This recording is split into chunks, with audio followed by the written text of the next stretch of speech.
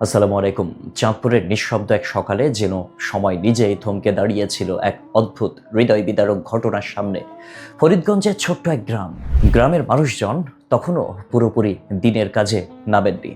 হঠাৎই ছড়িয়ে পড়ে একটি শোক সংবাদ। বাচ্চু পাটোয়ারি আর নেই। বয়সের ভারে নুয়ে পড়া এই মানুষটি ছিলেন এলাকার সবার পরিচিত। মসজিদের মুয়াজ্জিন হিসেবে তার কণ্ঠে আজান শুনে দিন শুরু করত বহু মানুষ।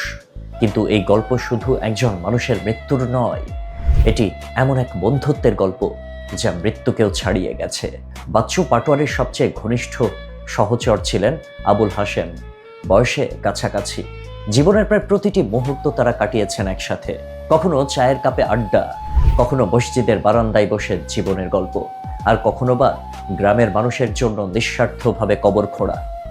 তারা যেন হয়ে উঠেছিলেন গ্রামের নীরব সেবক।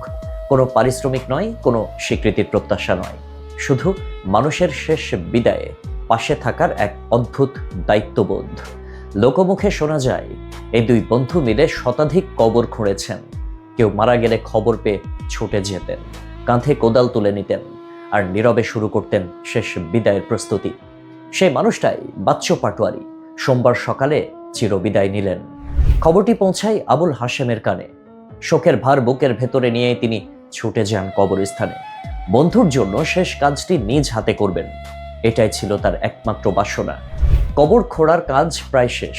চারপাশে নিস্তব্ধতা, বাতাসে এক অদ্ভুত ভারী অনুভূতি। হঠাৎ করে ঘটে গেল অপ্রত্যাশিত এক ঘটনা। কবরের ভেতরেই লুটিয়ে পড়লেন আবুল হাশেম। ইন্না লিল্লাহি ওয়া ইন্না ইলাইহি রাজিউন।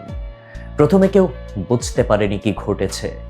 দ্রুত তাকে টেনে তোলা হয় ওপরে, কিন্তু ততক্ষণে সব শেষ। বন্ধুর জন্য কবর খুঁড়তে গিয়ে সেই কবরেই থেমে গেল আরেক বন্ধুর প্রাণ। এ দৃশ্য যেন উপস্থিত সকলের হৃদয়কে কাঁপিয়ে দেয়। যারা দেখেছে তারা হয়তো কোনোদিন ভুলতে পারবে না সেই মুহূর্তটা। আবুল হাশেমের ছেলে জহির হোসেন বলেন, তার বাবা আর বাচ্চু পাটোয়ারি ছিলেন অবিচ্ছেদ্য।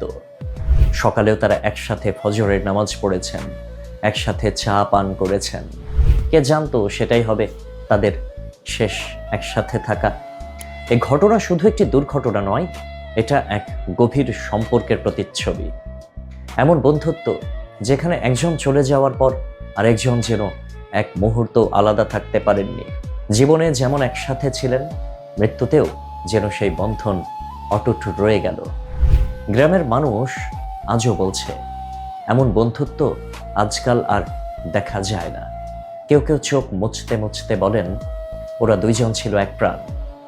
জীবন আমাদের অনেক কিছু শেখায়, কিন্তু কিছু গল্প এমন থাকে যা হৃদয়ের গভীরে নাড়া দিয়ে যায়।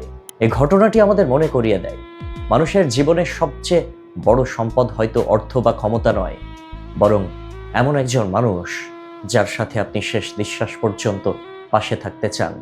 শেষ পর্যন্ত তারা দুজনেই পাশাপাশি শুয়ে রইলেন, একই মাটিতে, একই গল্পের দুটি নাম হয়ে। আল্লাহ হাফেজ।